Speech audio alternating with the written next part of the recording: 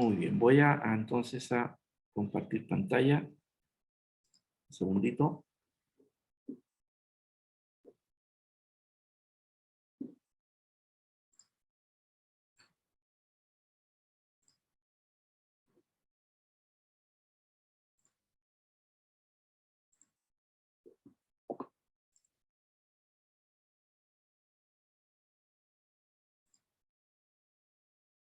Muy bien. Creo que ven el PowerPoint, ¿sí? Creo que estamos ahí viendo el contenido de esta materia. Hermanos, quisiera mencionarles que nuestro curso Pastoral y Mundo Contemporáneo nos permite tener la posibilidad de dar un vistazo a lo que es el contexto en la que nos encontramos como individuos y también como iglesia. ¿Y por qué nos interesa tener una mirada un poco más acuciosa o detallada de nuestra realidad? Porque es menester de nosotros como miembros de la iglesia de Cristo el tener que cumplir con la tarea de nuestro Señor Jesucristo. La obra no terminó con Jesús, sino que ésta sigue desarrollándose a través de sus discípulos. Y ahora que estamos en el siglo XXI, la tarea no ha parado, sigue haciéndose, y es lo que ustedes y yo estamos cumpliendo en función del llamado que el Señor ha puesto en nuestras vidas. Pero la observación, el trabajo de ver qué es lo que hay a nuestro alrededor es muy clave, es muy, muy importante. Fíjense que podemos ver en la escritura cómo este trabajo se realizaba. Recuerdan ustedes de que Moisés, antes de llegar a la tierra prometida, envía un grupo de espías a inspeccionar la tierra prometida, con la clara intención de saber qué es lo que les deparaba a ellos y prepararse también para ese tiempo. Lo mismo le pasó a Josué, su sucesor, que, que también envió espías para tomarse la primera ciudad que ellos se iban a encontrar después de pasar el Jordán. ¿Esa qué ciudad fue? Jericó. Y, y Josué también envió espías a conocer la ciudad, conocer las murallas, tener una idea de lo que les esperaba y así poder estar preparados de manera adecuada. Fíjense ustedes entonces de que nos toca a nosotros también eh, echar una mirada a lo que viene por delante, a lo que vemos a nuestro alrededor y también tener presente lo que fue el pasado o lo que nos tocó vivir. Es decir, que no nos divorciamos totalmente del pasado, porque hay cosas que vivimos en el pasado que pueden también replicarse y porque también la historia o lo vivido también suma para lo que viene por delante. No podemos desconocer lo que hemos vivido y las experiencias que hemos tenido, porque algunas malas, otras buenas, ya sea mala o buena, nos han dejado una enseñanza, nos han dejado una experiencia que puede ser usada para lo que viene por delante. La Iglesia en su historia ha querido responder a, a la tarea encomendada. Y yo quisiera rápidamente mencionar algunas eh, miradas acerca de la obra de la Iglesia en el tiempo, en la historia. Y ustedes aquí pueden apreciar los tres primeros periodos que la Iglesia ya establecida por nuestro Señor Jesucristo, después del Pentecostés, comenzó a desarrollar la Gran Comisión. Y aquí vemos en la letra A el periodo que un autor lo menciona como el paradigma apocalíptico, perdón. Yo voy a pedir, si alguien me ayuda en la lectura, voy a pedir a David, si tú puedes leernos este primer paradigma. ¿Se escucha, pastor? Sí, sí se escucha. Ya. Dice, el paradigma apocalíptico, 60 y 160 después de Cristo. Una frase que solía usarse refleja el sentido de la iglesia. Una frase que solía usarse refleja el sentido de la iglesia, que era que pase este mundo y que venga la gracia. La tendencia dominante no fue el desarrollo de una teología misional, sino más bien de una prescripción casi moralista para la vida. Cada creyente se identifica con su vida, a veces con el martirio. Gracias, David. Aquí vemos una mirada muy particular de la iglesia en este periodo, entre el año 60 y 160 después de Cristo. Si tomamos la línea genealógica, o sea, la línea de tiempo de la historia de la iglesia, vemos que este es un periodo posterior a la presencia misma de nuestro Señor Jesucristo y los primeros pasos de los discípulos que quedaron para continuar la obra. Y fíjense que dentro de este periodo, la iglesia tomó, dice aquí, una actitud apocalíptica. ¿Qué quiere decir esto? ¿Qué se le viene a ustedes con lo que dice aquí en este párrafo frente a este paradigma? Emanuel, no sé si estás ahí, no te veo. ¿Qué me puedes decir tú o qué entiendes tú con el primer punto? Pastor Emanuel no llega todavía de su trabajo. Ok. Jessica, ¿y tú qué puedes decir?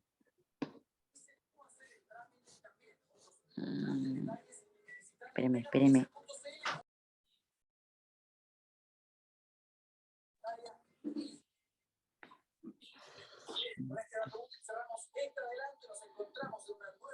La verdad es que no entiendo mucho. Me cuesta un poco, sobre todo las fechas, pero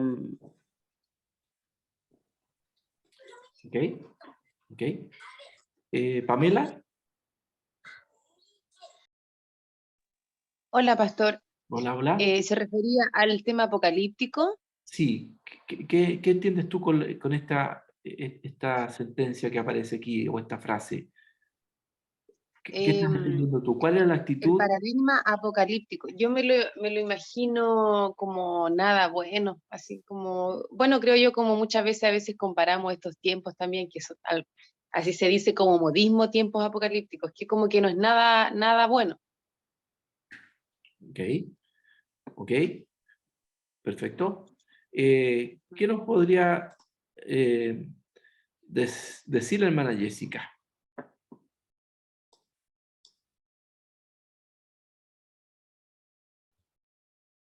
Estoy más o menos parecido a lo que dice hermana Pamela.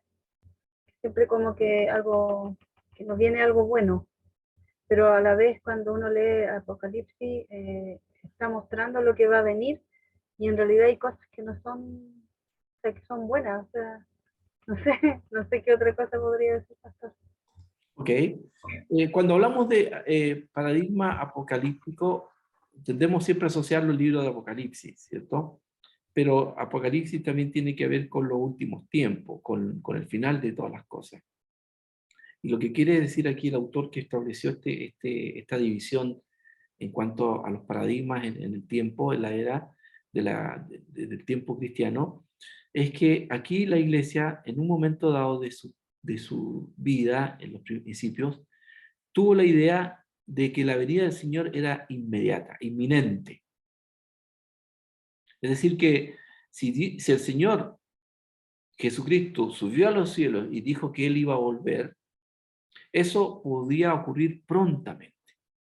Entonces había una sensación en la iglesia de que eso podía ocurrir casi en el mismo tiempo que ellos se encontraban.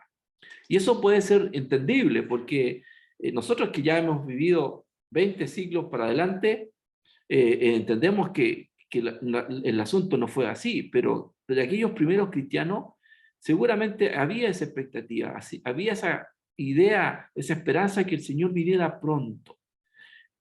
Pero eso significó de que, entonces, si el Señor viene pronto, ¿qué es lo que debemos hacer? ¿Qué actitud debemos tener? Y aquí el autor nos habla entonces de que ellos, más que, si bien es cierto, extendieron el Evangelio, llegó un momento dado en que ellos tomaron la idea de que había que más que nada cuidarse, cuidar su vida espiritual para la venida del Señor. Y se preocuparon más de sí que de la misma tarea misional que debe cumplir la iglesia. Y aquí vemos entonces que el autor dice que tomaron más que nada una actitud casi moralista, es decir, no contaminarse con nada, cuidarse de que no vamos a fallarle a Dios porque no va a hacer cosas que Él venga y nos puede desprevenido con las vírgenes de la parábola. Mantener sus lámparas con aceite, evitar cualquier instancia que nos pueda hacer caer, y eso generó entonces esa mirada frente al tiempo que estaba viviendo. Hermano Sandoval levantó la mano. Sí, hola pastor. Entonces, eso quiere decir que como en aquellos tiempos, pues la mayoría de los cristianos buscaban era una santificación, ¿verdad? Personal, en vez de convertirse en misioneros y predicar.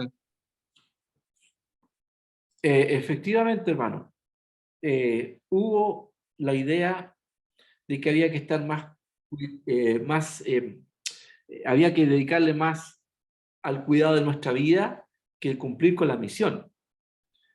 Además, se suma el hecho de que comenzó también la persecución en aquel entonces, y muchos se refugiaron, trataron de no ser encontrados porque sabían que si eran apresados podía irles mal en algunos lugares, pero también estaba esa idea de que, claro, había que cuidarse de no contaminarse, de no caer en pecado, de no ceder a quizás lo que todavía se veía en aquel entonces, porque fíjense ustedes que el cristianismo estaba recién surgiendo, así que la tendencia general de la sociedad era una sociedad sin Dios, sin los principios que hoy nosotros tenemos. O sea, nosotros estamos ya en el siglo XXI, donde la humanidad ha pasado por muchos periodos y ha entendido muy bien que no se puede vivir en función de la violencia, de la ley del más fuerte, no se puede ir y quitarle la vida a cualquier persona. Tenemos la idea también de que no podemos tomar lo que es ajeno. O sea, estoy hablando de cosas muy básicas que hoy están muy asimiladas por la sociedad, pero en ese entonces muchos ejercían violencia, injusticias, abusos, y por otro lado había una libertad tan amplia, porque no había una moralidad como la que hoy tenemos,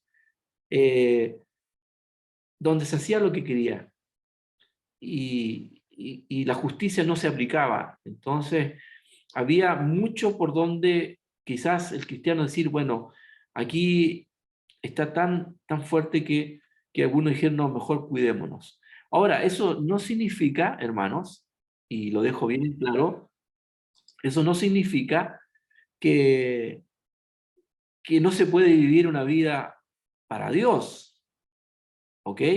No quiero decir de que si hoy la sociedad va a caer en una inmoralidad o en una sociedad donde no se respetan los principios cristianos, eso va a significar que nosotros como cristianos vamos lamentablemente a sucumbir, ¿no? Como va a decir, difícilmente podemos ser cristianos en medio de estos tiempos. No estoy diciendo eso, pero lamentablemente hubo la idea de algunos, y en general se notó en que la iglesia se replegó y se detuvo un poco en qué cosa. Aquí estamos hablando sobre la misión, sobre el cumplimiento de la misión. ¿Ok? Eso se replegó y no fue tan intensa como lo fue en un principio cuando los apóstoles estuvieron trabajando, cuando vemos el libro de los Hechos, mostrándonos cómo la iglesia se extendía. Pero fíjense que después del pasar de los años, de las décadas, hubo también una disminución en cuanto a eso. Y lo vemos inclusive como el apóstol Juan, que escribió el libro de Apocalipsis, habla acerca de las 7 iglesias y cómo éstas estaban pasando por momentos muy duros, muy difíciles, donde vemos lamentablemente algunas de esas iglesias que ya no existen hoy. ¿Ya? Pero vuelvo a insistir, el tema está en si cumplieron o no con la misión. Bueno, en este primer periodo la preocupación fue más de cuidarse que de seguir con la tarea. ¿Ok? Vamos al segundo punto. Voy a pedirle a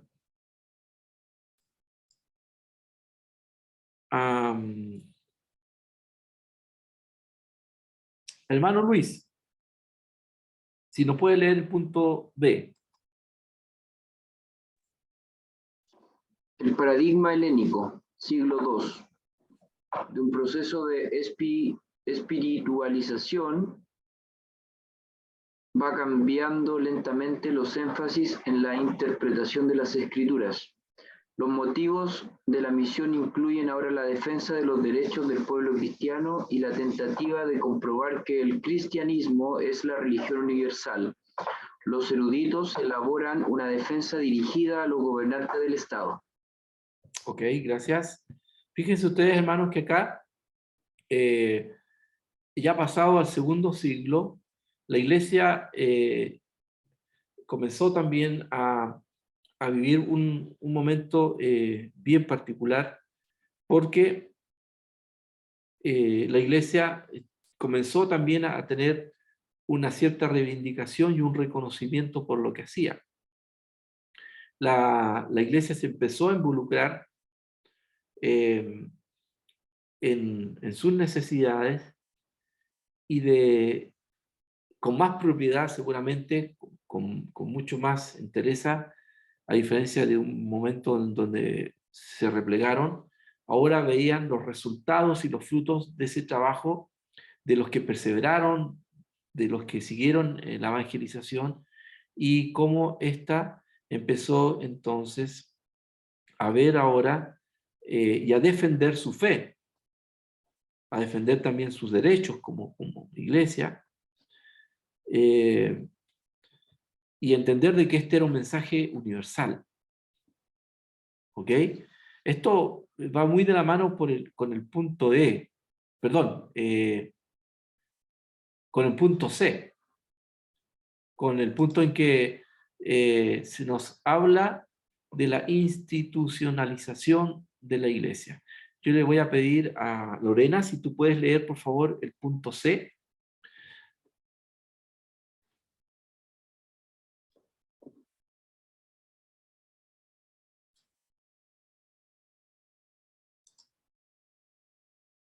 Lorena, ¿me escucha? No me escucha. Voy a pedir a Lorena. Lorena, ¿está ahí? Sí, estoy aquí. Por favor, léenos el punto 3. Ya, dice, el paradigma constantino, año 300 después de Cristo. El método de extensión de la Iglesia incluía la imposición de la fe por medio de la destrucción de las religiones paganas y la institución de la nueva religión. Por decreto imperial, todos eran obligados a ser cristianos. Ok, gracias. Lorena, ¿cierto? ¿Sí? Sí, sí, sí. Sí, sí, ok, sí.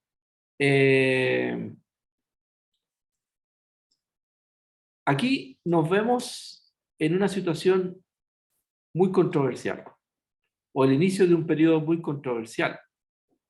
Fíjese que la iglesia en los primeros 2 siglos fue una iglesia que a punto y codo, por decirlo así, salió adelante convencido del poder del mensaje y de las promesas de Dios que estaban allí para entregar, ¿cierto? Un mensaje universal, como se dijo anteriormente, y que traería esperanza y una nueva vida. Fíjense que el Evangelio de Cristo no es un mensaje únicamente aplicado a la persona y a restaurar, y que obviamente esto es importante, ¿no? De restaurar la relación con Dios, sino que eso trae también como consecuencia la restauración con sus demás, con sus pares, con su prójimo.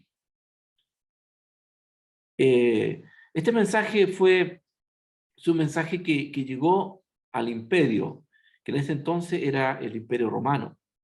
Y aquí se nos dice entonces que Constantino tomó la fe cristiana y la hizo la religión del imperio,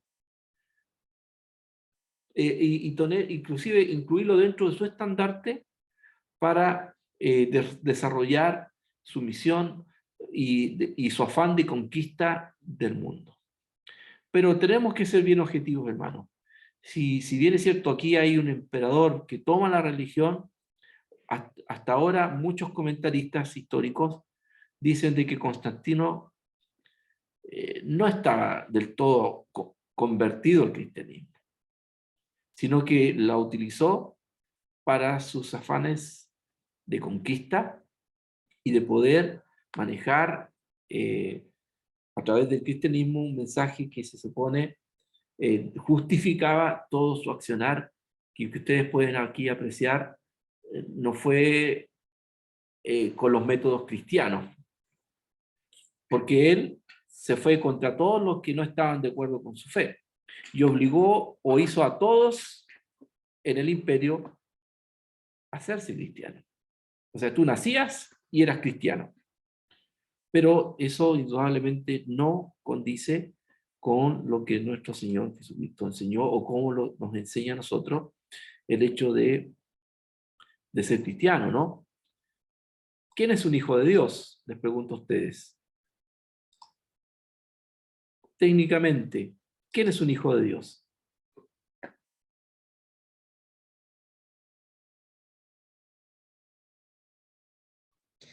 Pastor, un hijo de Dios es quien lo acepta como su Salvador, pasa a ser hijo de Dios. Los demás serían creación de Dios. ¿Ok? Un texto bíblico que pueda respaldar y que nos pueda decir quién es un hijo de Dios. Hay uno muy conocido. El Evangelio de Juan. Todo aquel que en él crea, San Juan 3:16, como el más conocido, que dice todo aquel que en él crea. Sí, pero no habla de hijo de Dios. No encaja y ese, pero hay otro versículo que dice que si confesamos nuestros pecados, Él es justo y fiel para perdonar, algo así. Ya, pero no No dice recuerdo hijo. exactamente el versículo, pero sé que Ya, si bien, confesamos sí. No. y Pero lo no es el aceptamos a texto. Jesucristo en nuestro corazón, pasamos a ser parte de Él. Ya, y claro, no es preciso a lo que yo pregunto, pero algún texto que nos hable de quiénes son hijos de Dios. ¿Es a mí o es a todos los demás? Ahora le pregunto a todos. Ah, sí, porque yo no tengo claro el versículo. Es todo lo que le recibieron. ¿Perdón? Puede ser Juan 1:12. Ya, que léalo por favor.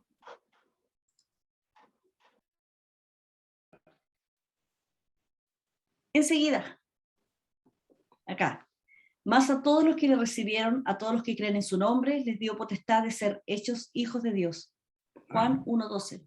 Juan 1:12. Esos textos hay que guardarlos, hay que tenerlos ahí siempre en la mano, porque nos ayudan a fundamentar, ¿cierto?, nuestras convicciones, sobre todo, en este caso, acerca de quién es un hijo de Dios. Un hijo de Dios es aquel que ha creído, ¿cierto? Es aquel que ha entregado su vida a Dios y ha comenzado, ¿cierto?, una nueva vida. A los que creen en Él pueden llegar a ser hijos de Dios. ¿Ok? Y bueno, eso no es lo que aparece aquí en el punto C. Constantino hizo a todos los ciudadanos del imperio cristianos, pero muchos de ellos ni siquiera sabían lo que significaba ser cristiano. O sea, fue un instrumento más meramente político el hacer a muchos cristianos, fue el afán de conquista, pero obviamente eso para nada ayudó a la iglesia. No sé si todos tienen noción de la historia, pero si no, les digo que la van a tener en el curso de historia, ¿cierto? Eclesiástica, ¿cierto? Es uno de los cursos que también tenemos, pero apelo también a los que han hecho este curso, de que hablar sobre este tema trajo consecuencias no buenas para la misión. ¿Por qué? Porque fíjense ustedes que las mismas cruzadas que fueron establecidas para recuperar las tierras quitadas por los musulmanes fue en función de la fuerza, de la espada y de las guerras que se generaron por causa de las cruzadas.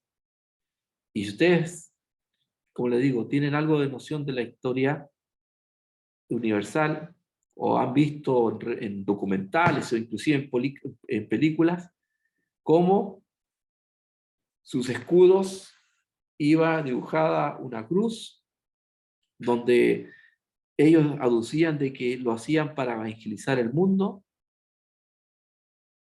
pero era un evangelio basado en la violencia, en el derramamiento de sangre y de exterminar a todo aquel que pensara diferente. Eso dividió a la civilización de ese entonces. Y fue una lucha contra otro imperio que fue el musulmán. Y eso fue una época oscura de la iglesia cristiana. Una iglesia que se dejó guiar por el poder político, porque detrás de esto, la iglesia, ¿de qué manera se beneficiaba? Bueno, con las riquezas que generaban las conquistas. Y de esa manera es que en muchos lugares se establecieron templos, se impuso la religión como una forma de dominar también algunas culturas que no la eran, y todo eso con el afán de una manipulación de las personas que pertenecían a esa nación, a esa cultura en específico. Esto hizo entonces que la iglesia se adentrara más a los intereses políticos o del imperio que por sobre la misma misión. Lamentablemente, vemos manchado ahí el trabajo de la obra del Señor. Hermano Bernardo. Consulta, pastor. Cuando usted habla de la iglesia, está generalizando. Hablamos de la iglesia católica, hablamos de la iglesia cristiana evangélica, porque hasta donde tengo entendido, pues obviamente la iglesia católica impuso pues, como usted mismo lo acaba de comentar, políticamente la religión, ¿me entiende? Entonces, no sé si hay una subdivisión, una separación de la iglesia cristiana evangélica con la iglesia católica, que hasta donde tengo entendido fue la que hizo todo esto desvane a nivel de épocas, de periodos pues antiguos. Sí, hermano, gracias por consultar. Y muy buena pregunta. Y como es tan buena la pregunta, yo le dejo a sus compañeros que la respondan. ¿Quién quiere responder esa pregunta?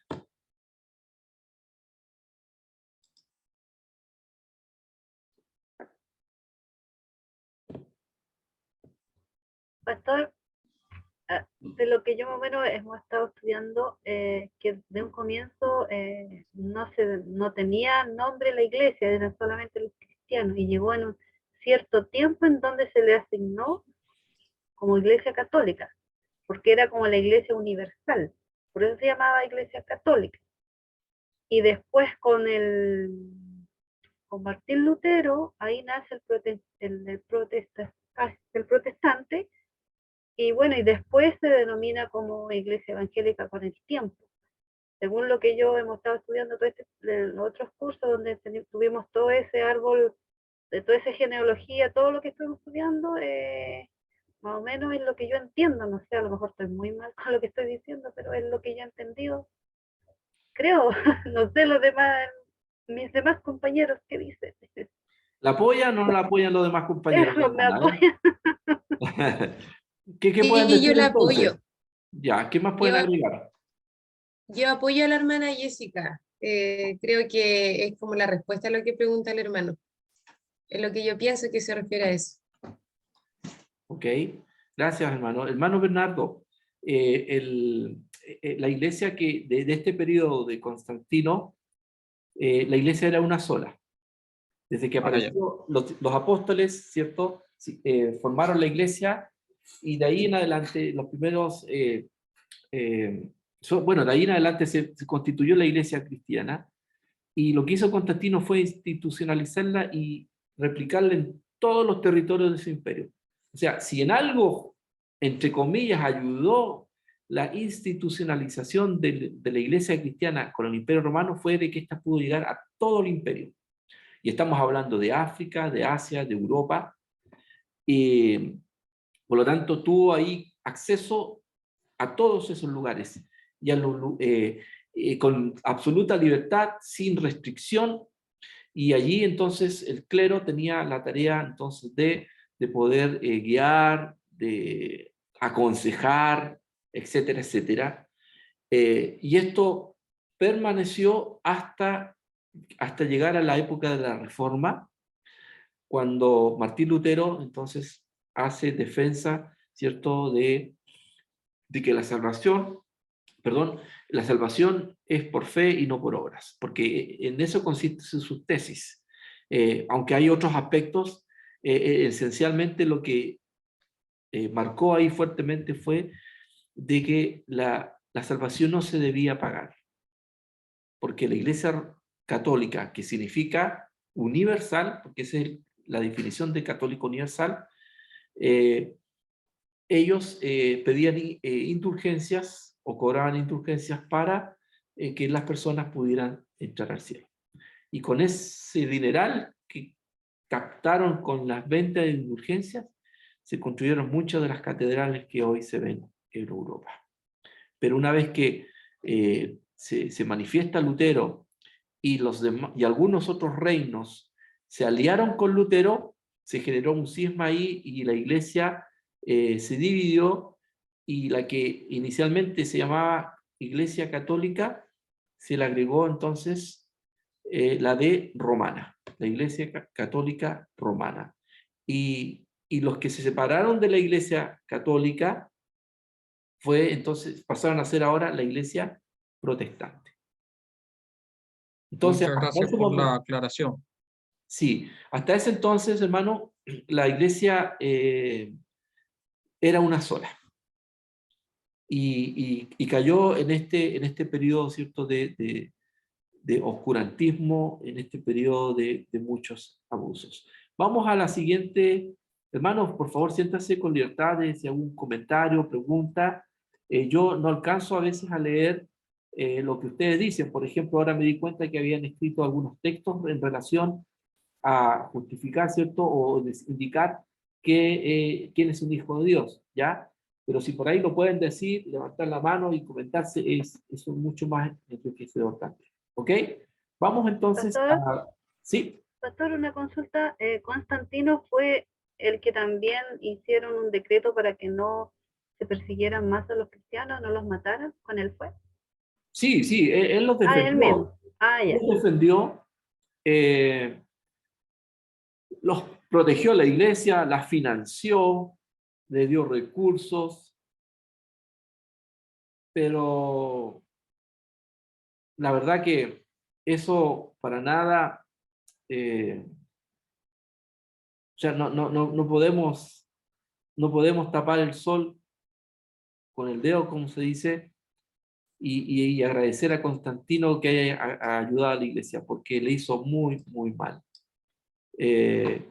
Porque el testimonio quedó por los suelos, porque utilizó la iglesia y también corrompió la iglesia, porque muchos de los que eran parte de la iglesia usaron la iglesia como un trampolín para sus intereses políticos e intereses personales. Es decir, que la iglesia vio allí una gran oportunidad para enriquecerse, para que algunos, los que estaban arriba en el clero, pudieran obtener sus beneficios personales. Pero ¿a costa de qué? Del testimonio de la iglesia en el mundo. Vamos al paradigma monástico. Voy a pedir, hermano Frank, ya llegó el hermano Frank, lo saludamos, ¿me escucha? Sí, pastor, buenas noches hermanos. Buenas noches, hermano. ¿Tú nos puedes leer el paradigma monástico? Sí, claro. De el paradigma monástico siglo V. Los que se separan del mundo y dedican toda su vida al servicio de lo espiritual, gozan de una cercanía a Dios que las personas comunes no pueden alcanzar. Los monjes llegaron a ser el brazo derecho del Estado para extender la iglesia por medio de la construcción de templos, la constitución de escuelas, el cuidado de enfermos y forasteros y la preocupación por los pobres. Ok, gracias, hermano. Aquí ustedes se pueden dar cuenta que la iglesia empezó también a alcanzar a la gente, a la sociedad, a través de distintas obras que fueron un instrumento también para entregar el Evangelio. Pero a su vez también, fíjense ustedes de que hubo una postura de no contaminarse con algunas cosas. Es decir, que si bien es cierto, construyeron escuelas, velaron por los enfermos, el trabajo se enfocó única y exclusivamente en la acción social. Algo que no desconocemos es bueno, es necesario, importante, es parte de la misión, ser solidarios y ayudar al menesteroso, pero ellos se fueron en extremo. Y el trabajo evangelístico o el trabajo de la iglesia se redujo en lugares físicos, o en la iglesia, o en el colegio, o en algunos hogares para ancianos o para niños huérfanos, etcétera, etcétera. Es decir, que ahí se enfocó la obra de la iglesia y por otro lado no entregó el mensaje evangelizador, no se enseñó. Ya en este entonces los únicos que podían enseñar el evangelio eran los monjes, los sacerdotes que estudiaron en los seminarios. Nadie más tenía esa responsabilidad. Profesionalizaron, entre comillas, el ministerio pastoral. Y cuando lo digo así, entre comillas, es porque lamentablemente se enfocó en una labor o un trabajo con muchos otros. Pero no estaba en ellos el llamado necesariamente, no estaba la pasión y los recursos que Dios da para cumplir con la tarea. Es más, lo que ellos hicieron fue separarse, porque cuando hablamos del periodo monástico, inmediatamente tenemos que asociarlo ¿a qué? A los monasterios. ¿Y qué es lo que hizo la iglesia en estos casos? Muchos de ellos, esencialmente los sacerdotes, la gente del clero, los encargados de enseñar, se replegaron y se quedaron en estos lugares para no contaminarse. O sea, se metieron en una burbuja y formaron su propio mundo muy ajeno a lo que estaba pasando en muchos otros lugares. Vamos al punto E, el paradigma escolástico. Voy a pedir al pastor Marcelo si nos puede leer este punto E, el paradigma escolástico. Dice, de esta práctica se concluyó que los designados por la Iglesia, monjes y sacerdotes, son los únicos encomendados a enseñar y el resto a obedecer. Durante la Edad Media se impuso como forma de expansión del reino, basado en lo dicho por Jesús en Lucas 14:23. Ve por los caminos y por los vallados y fuérzalos a entrar para que se llene mi casa. Ok, gracias, hermano. Aquí Ya basta. vemos otra etapa de la iglesia y tiene que ver con un periodo en que la iglesia se replegó a la reflexión, se replegó al estudio y al afán del conocimiento. Algo que es bueno, que era necesario, pero lamentablemente lo que jugó aquí y amenazó en cierta medida la doctrina bíblica fue la introducción de algunas filosofías griegas que distorsionaron en cierta medida la doctrina bíblica del Evangelio. La iglesia fue en ese tiempo muy influenciada por la filosofía griega. Tomaron muchos pensamientos de aquellos filósofos de muchos años atrás, indudablemente no cristianos, pero que tienen una visión muy particular del mundo, del pensamiento, del ser humano.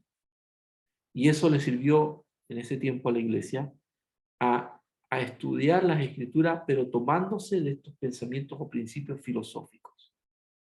No quiero decir que del todo esto es malo, pero en algunos se abusó de estos principios y finalmente cayeron en algunos errores que hoy podemos por allí identificar. Por ejemplo, el mismo tema de la salvación, la visión acerca del ser humano, de qué tan malo es, porque se habla de la maldad del hombre, pero hay posturas donde el hombre es extremadamente malo y no hay nada bueno en el ser humano. O sea, lo tilda de casi un salvaje que no tiene ni siquiera un acto de piedad y de humanidad. Pero nosotros vemos que eso no está. Y nuestra postura, por ejemplo, wesleyana, entiende que el ser humano cayó de la gracia de Dios, que su tendencia es al mal, pero sí tiene la posibilidad de darse cuenta de su condición y que es posible, ¿cierto?, desear un cambio en su vida. No así la postura calvinista, que ve al ser humano totalmente dependiente y única y exclusivamente de lo que Dios puede hacer con él, y si por ahí Dios no le da su parte, en el sentido de, bueno, lo entendemos así, Dios es quien toma la iniciativa, pero está la iniciativa, según esa mirada calvinista, de que Dios lo hace todo, inclusive te añade la fe para tú creer, y tú en cierta medida estás supeditado a todo lo que diga Dios. En cambio nosotros creemos en que Dios hace la obra, despierta nuestras conciencias y nos hace entender de nuestra condición para darnos cuenta que necesitamos de Dios. No así el calvinismo, que va y toma al ser humano caído y lo rescata, y el ser humano no tiene ninguna participación en aquello. O sea, es arrebatado por cierta medida por Dios del mundo y es llevado a otro lugar para ser ahora un hijo de Dios. Todos esos conceptos que hoy todavía están ahí en controversia dentro del cristianismo, viene de esta época, del periodo escolástico, donde la iglesia se dio el tiempo para tratar de interpretar algunos principios esenciales. Pero, como le digo, en alguna medida fue no del todo bien entendida. Por ejemplo, aquí vemos el caso de Lucas, el versículo de Lucas 14:23. Ve por los caminos y por los vallados y fuérzalos a entrar para que se llene mi casa. Algunos lo tomaron muy textual. Y mucha gente fue llevada contra su propia voluntad a hacerse cristiano. ¿Ese es el espíritu de este texto? Por supuesto que no. Es más, aquí lo que podemos entender más bien es esa insistencia. Quizás la palabra no es la más apropiada, no tengo la raíz etimológica de esta palabra en el original, pero entiendo que, según los comentaristas, de que el espíritu de este versículo es el hecho de que nosotros debemos ejercer toda esa presión del amor, del sentido común, para que personas puedan considerar el Evangelio de Cristo y puedan volverse a él. O sea, en otras palabras, lo que nos insta este texto es hacer todo lo que esté en nuestro alcance para que las personas puedan, ¿cierto?, considerar el mensaje del Señor, que puedan escucharlo y puedan darse esa oportunidad de entender lo que Dios está diciendo a través de su revelación. Eso es más que nada, nos insta a hacer todo lo posible para que esas personas acepten la invitación de nuestro Señor. Por ningún motivo vamos a tener a nadie a la fuerza. Sería la peor estrategia, como se usaba antes, ¿no? Todos aquí cuadrados y todos se van a hacer cristianos. No, no es así, no es por imposición. La salvación tiene que ver con una necesidad implícita en la persona y el deseo de querer una nueva vida. Entender de que sin Dios está perdido, está muerto. Como por ahí decía, me acuerdo hace muchos años, un misionero, está frito si no acepta al Señor, porque la condena viene a su vida. Eso entonces nos da a entender de que en su momento la iglesia también ha caído en algunos extremos como esto de en un momento dado de no hacer nada al hecho de empezar a buscar sus propias interpretaciones, pero que lamentablemente usaron como recursos la filosofía humana por sobre los designios o la revelación que el Espíritu Santo le daba a su iglesia en su entonces. Y este periodo ha quedado muy marcado en algunos pensamientos o ideas acerca del cristianismo. Acá hay otro punto, que es el paradigma místico. ¿Y quién no ha leído? A ver si alguien... La hermana Katia, por favor, si nos puede leer el punto F. Amén. El paradigma místico a fines de la Edad Media afirmaban que la verdad se conseguía a través de dos fuentes, las escrituras y la razón informada por los sentidos. Apelaban a la práctica de las virtudes, la humildad y el abandono a la voluntad de Dios. Ok, gracias. La iglesia también pasó por algunos otros tipos de extremos, donde se dejaba, si bien es cierto, se buscaba la verdad, o se entendía la verdad a través de la escritura y la razón, otros llegaban también al hecho de pensar de que esto era una experiencia más emotiva, más de sensibilidades y de buscar, ¿cierto?, algo que afectara más sus emociones, sus sentimientos, que el mismo sentido de la razón o de la lógica, ¿no? La fe nunca ha estado divorciada de la razón.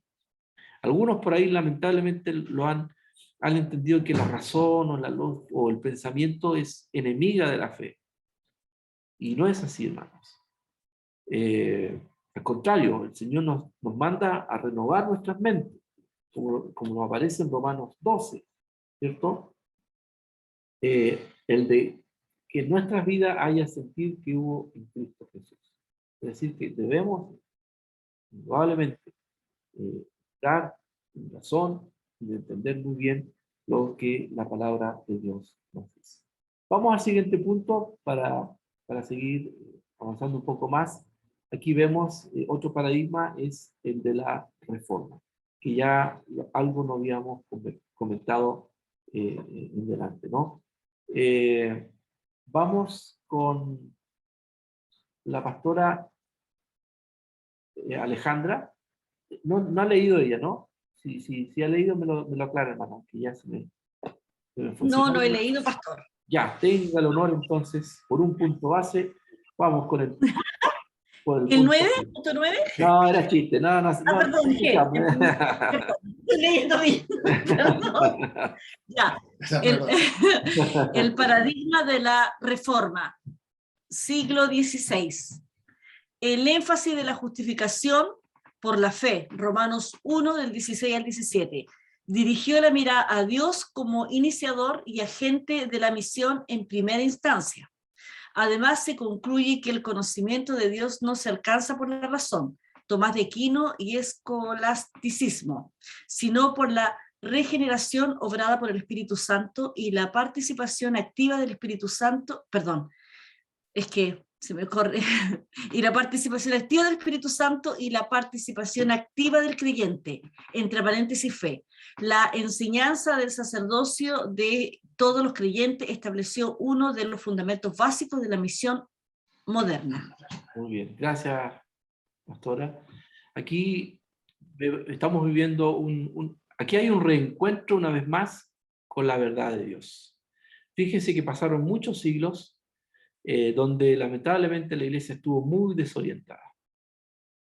No quiere decir que totalmente la iglesia, porque la iglesia que se había extendido por muchos continentes, tuvo también en cada lugar distintas expresiones o formas de vivir su fe.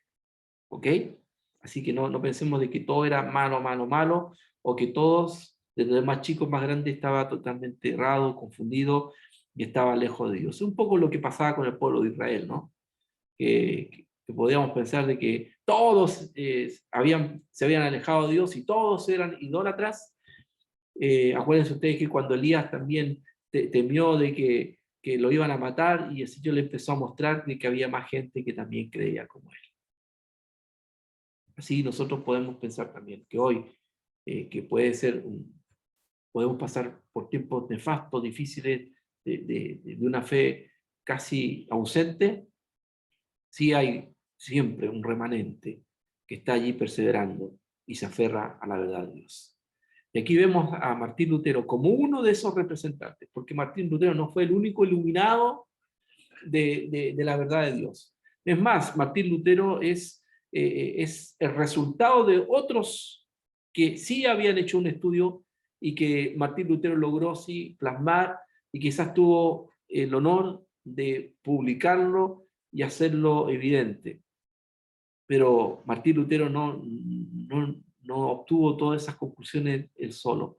Él también tuvo la influencia de otros eruditos y otros cristianos que estuvieron también en este dilema y respondiendo aquí, hermanos, mira, fíjense ustedes cómo los cambios se generan. Esto no es mágico.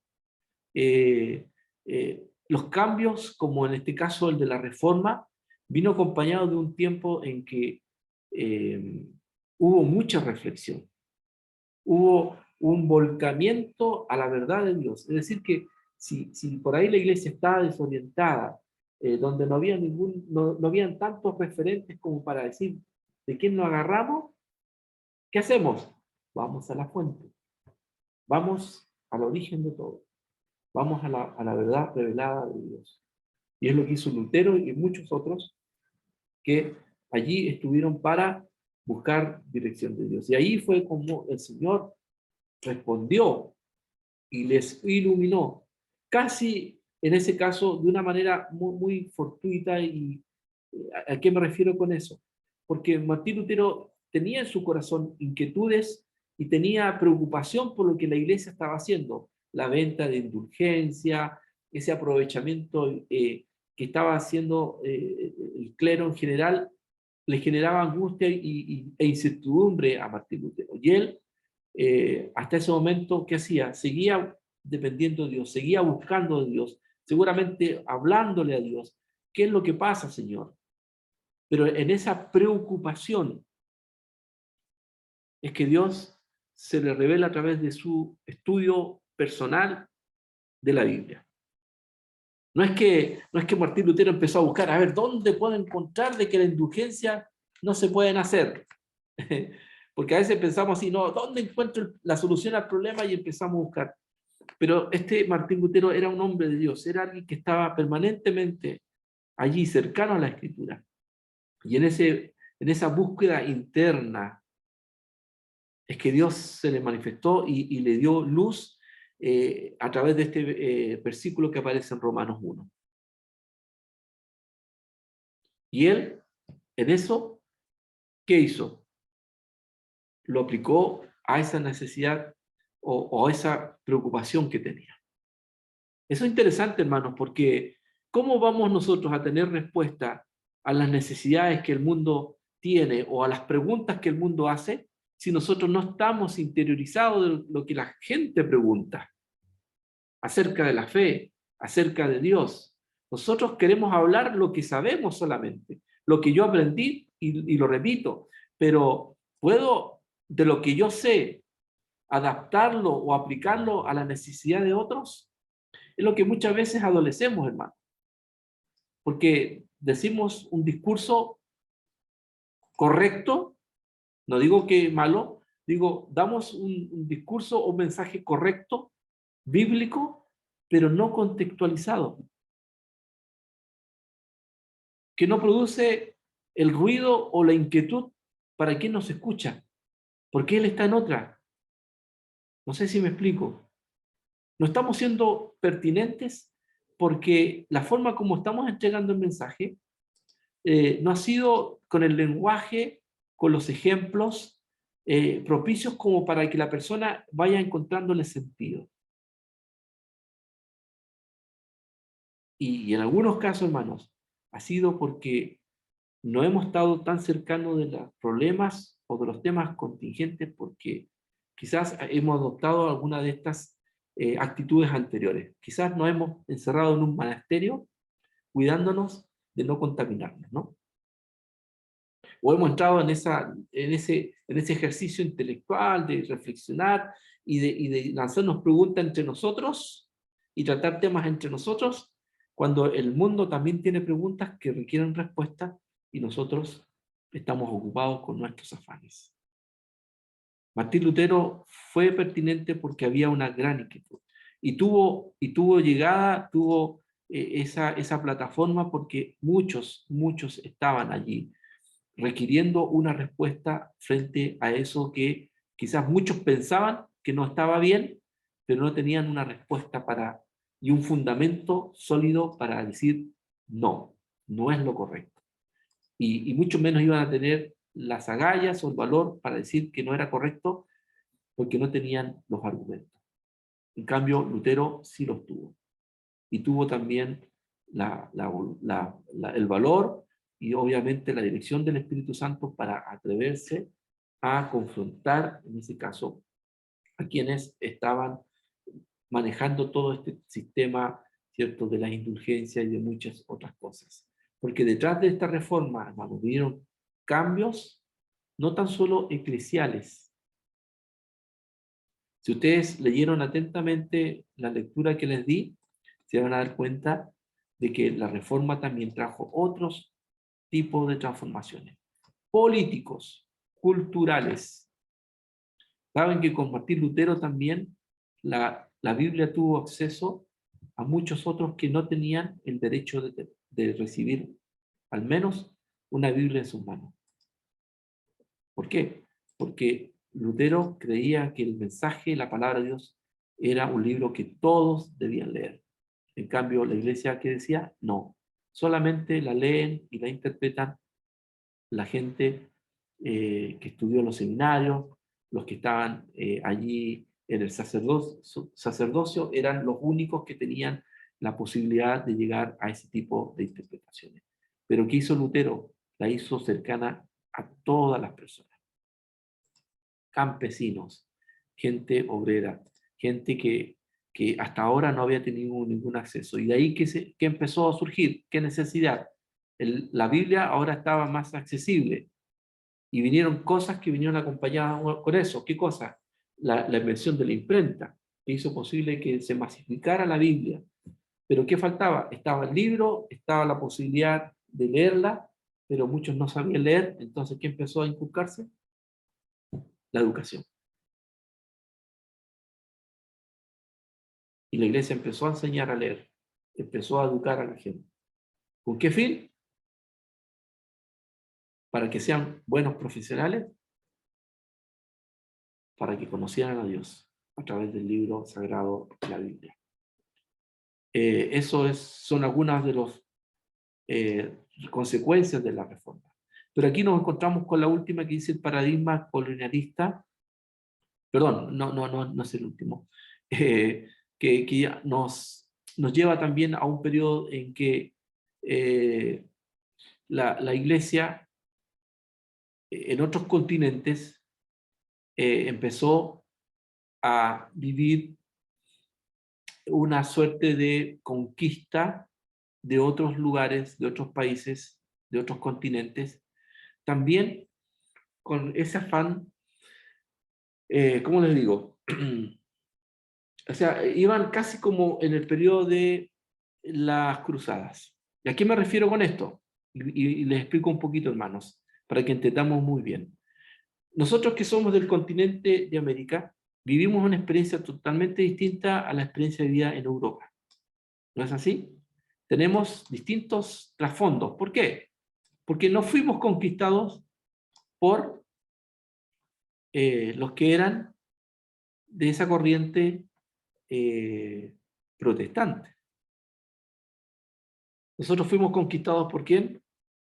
Por los españoles, que sí eran católicos, apostólicos, romanos, pero no así las iglesias de Europa, del resto de Europa, como Inglaterra, Escocia, Alemania, que tuvieron y adoptaron la fe protestante.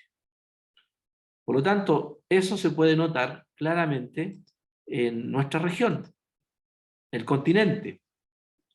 En el norte de América fue conquistado por los ingleses, y el resto de América, la gran mayoría, no digo todos, por los españoles. Por lo tanto, nosotros ¿qué heredamos? La fe católica, apostólica, romana. Y quienes llegaron, como en el caso de los españoles, también llegaron para imponer la fe católica. En ese caso, en ese tiempo, los jesuitas y muchas otras órdenes religiosas fueron y se establecieron ahí, donde la religión, la única religión que se aceptaba, era la católica apostólica romana. Eso en razón de que sus enemigos, que en este caso eran los ingleses, que profesaban la fe protestante, pues ellos por ningún motivo iban a aceptar esa fe nueva, ¿se entiende? Nueva entre comillas, porque no es que el protestantismo fue una fe nueva, sino que fue el reencuentro de la fe bíblica, y no así la Iglesia Católica, que por muchos siglos después mantuvo también aferrado su tradición, una tradición errada, y que poco a poco ha ido despojándose de algunas cosas que finalmente ahora la hacen quizás hasta un poco más cercana a la iglesia protestante, pero ¿a costa de qué? De lo que estaban perdiendo, de la poca influencia que tenían, y tuvieron que de otra manera ceder a muchas cosas, a regañadientes, pero cedieron a hacer una iglesia un poco más abierta, más, entre comillas, tolerante, aunque sabemos no lo es así del todo. Y la iglesia siguió adelante. Aquí nos encontramos con otros paradigmas, ¿cierto? Como es el paradigma pietista. Y esto fue también un momento en Europa en que la iglesia se volcó también a una vida más consecuente con la fe, con las escrituras. Aquí podemos ver algunas incursiones sobre ciertos movimientos que después vendrían a ser conocidos como los movimientos de santidad. ¿Por qué? Porque en algunos lugares, y estoy hablando de la iglesia protestante, acuérdense que Europa en su gran mayoría fue protestante, pero sí también hubieron lugares donde el catolicismo sí permaneció. Pero en esa Europa protestante, lamentablemente, sí tuvieron acceso a la escritura, pero no vivían una fe conforme a lo que ellos profesaban. Y muchos se alejaron de la fe, y eso lo podemos ver en Inglaterra. Inglaterra se separó de la Iglesia Católica para hacerse iglesia protestante, y ahí surge la iglesia anglicana, y por el rey Enrique VIII, ¿cierto? Se estableció ahí una nueva fe, una nueva religión, pero lamentablemente no para nada vivían su fe. Y el pietismo surgió como un mover y una necesidad de vivir su fe, y vivir una vida para el Señor. Y estos son los movimientos pietistas. Creyentes que querían vivir una santidad práctica. Buscaban mucho de Dios. Eran personas que se apegaban a la vida devocional, a la vida de oración, de reflexión y de servicio también para el Señor. Pero también tenemos los paradigmas culturales, donde la iglesia, y esto también tiene que ver mucho con la lectura, el periodo en que la iglesia también vivió esa época de grandes transformaciones en la ciencia, en la política, en la sociedad en sí. Y la iglesia también se vio influenciada por este lado, y tuvo también sus ataques, la oposición de un grupo intelectual, ¿cierto?, que no estaba de acuerdo con la iglesia, y podríamos decir con justa razón, porque no creían en la iglesia como institución por todo lo vivido anteriormente. Y podemos mencionar ya como lo último, como el paradigma ecuménico. Hoy se ve que la iglesia cristiana ha estado allí en este tipo de reencuentro con la fe, y de buscar formas de poder quizás buscar cosas en común. Yo sé que el tema del ecumenismo es bastante controversial. Algunos no están muy de acuerdo, otros sí lo están. Y esto puede ser un tema para algunos de los grupos. Así que no quiero hablar más para que mejor nuestros hermanos investiguen y nos planteen qué tiene que ver esto con el ecumenismo. Así que lo dejo allí, como es el tiempo en que estamos viviendo, como la Iglesia Evangélica ha estado allí frente a las grandes demandas y a los grandes conflictos y situaciones que vivimos. Hoy surge la gran pregunta: ¿será que es el tiempo en que la cristiandad en general pueda unir fuerzas? ¿O es mejor estar solo luchando? Son algunas de las preguntas que plantea el ecumenismo, ¿no? ¿Cómo la iglesia cristiana, cuando digo cristiandad, hablo de la iglesia, todas las iglesias que profesan a Cristo como Hijo de Dios, como Salvador, ¿cierto? Si hoy por hoy requiere hoy una unión, una alianza para enfrentar las demandas de estos tiempos. Es una pregunta que debemos plantearnos y ver qué es lo que podemos sacar en limpio. No sé si hay algún comentario, alguna pregunta. Pastor, yo ¿Sí? quería comentar algo cuando usted habló sobre los pietistas en el otro punto, y hablaba de la iglesia en Europa, y hablaba específicamente de Inglaterra.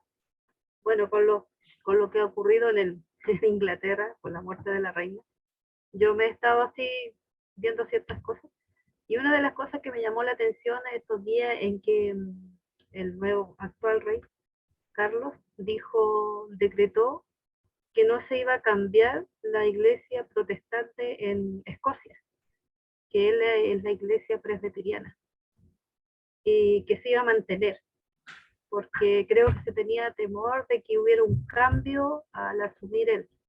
Entonces eso me hace mucho sentido lo que te está diciendo, que en Europa estaba fuerte el del protestante y hasta el día de hoy sigue. A lo que me puedo dar cuenta que hasta el día de hoy sigue. Eso quería comentar, Pastor. Sí, hermana Jessica, sí. Países como Inglaterra han sido lugares donde hemos visto realmente el efecto de la fe cristiana y protestante en específico. Ha pasado su tiempo oscuro, indudablemente, pero sí también hemos visto grandes tiempos como lo fue de Juan Wesley, que vivió una época bastante difícil en Inglaterra, en ese periodo de la transformación de la era industrial, y donde mucha gente se empobreció por un lado, y hubieron muchas situaciones complejas socialmente, pero allí la iglesia protestante, en este caso, a través de Wesley, hicieron un gran trabajo y un gran aporte a la sociedad inglesa, al punto de que hoy Juan Wesley es conocido como un personaje importante en la historia. Hay monumentos a Juan Wesley, se estudia a Juan Wesley, porque viene a ser como quizás para nosotros, en nuestra cultura criolla, ¿cuánto se llama? Un Padre Hurtado, ¿no?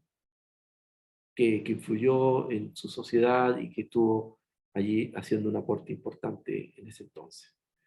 Hermanos, esto es parte las diferentes miradas o enfoques o énfasis que la Iglesia ha tenido en su tiempo. Esto es un planteamiento que puede ser muy discutido, que podría a lo mejor allí quizás tener algunas diferencias con otros planteamientos sobre las distintas experiencias vividas en la Iglesia en la historia, pero por lo menos ustedes van a tener la claridad de que la Iglesia ha vivido distintas épocas y distintos momentos, y en algunos ha sabido plantearlo bien y en otros no tan bien. Es decir, que la Iglesia es susceptible y es en cierta medida afectada por los tiempos en que vive. Y nosotros, como Iglesia del siglo XXI, tenemos que tomar en consideración también de que la sociedad en la que nos encontramos, sus problemas, sus situaciones, influyen en nuestro accionar. El tema está en cómo los enfrentamos. Y la historia en ese sentido nos ayuda mucho para ver lo que la Iglesia ha hecho, en qué cosas sí ha acertado y en qué cosas también se ha equivocado. Por lo tanto, nunca es malo, y al contrario, es necesario conocer la historia. No podemos volver a tropezar con la misma piedra. Si ya hemos visto que en otras épocas la Iglesia ha vivido tiempos parecidos, no vayamos a equivocarnos, y por eso la historia se enseña, para no volver a repetir las cosas lamentables que han vivido la sociedad en otro tiempo. Además que se habla de que la historia se tienda a repetir, no exactamente, pero cierta tendencia a volver a lo que se hacía o ocurría en otras épocas. Porque las necesidades en general son las mismas. Los orígenes de los problemas son prácticamente iguales. Lo que cambia es el maquillaje, lo que cambia es un poco ciertas tendencias, pero al fin y al cabo la necesidad siempre es una y la mayor: la necesidad de Dios en la vida de las personas. ¿Ok? Hermanos, vamos a hacer una pausa en estos momentos para luego retornar y tener ahí un tiempo para conversar acerca de la lectura que ustedes escribieron. Así que saquen sus apuntes, ténganlo a la mano, porque es lo que vamos a conversar de vuelta del break. A las 9:25, 21:25, volvemos nuevamente. ¿Les parece, hermanos? Entonces, hacemos una pausa y volvemos a las 9:25.